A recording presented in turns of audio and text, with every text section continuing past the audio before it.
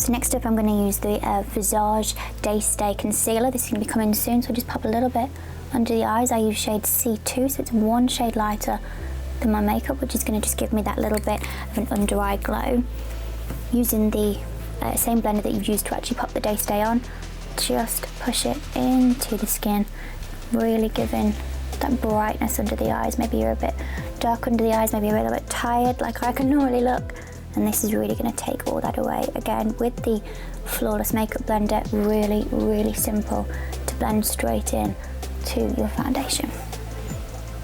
So next up, using a darker shade of the Visage Concealer, I'm just going to start to do a little bit of contour just to add a little bit of colour, because like all of us at this time of year, I can be a little bit pale. So just really sort of messily streak around the forehead, or just where the sun's going to hit you really, so over the forehead, through the cheekbones, and a tiny bit underneath the chin. Now grabbing another one of our blenders, you can use the same one, you can just use the other side. I wouldn't necessarily mix because you've got the darker and the lighter, but just begin to press it into the skin.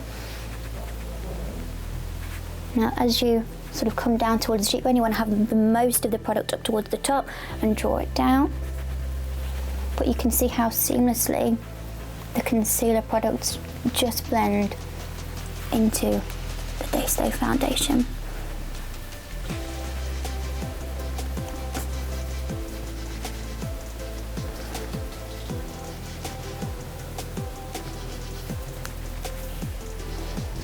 On the forehead, you might want to use more of sort of sweeping motions just to make sure that you do get that full continuation of the glow, just exactly how the sun would hit you if you'd spent an afternoon in the garden. Maybe draw that out and blend it in with some tapping motions.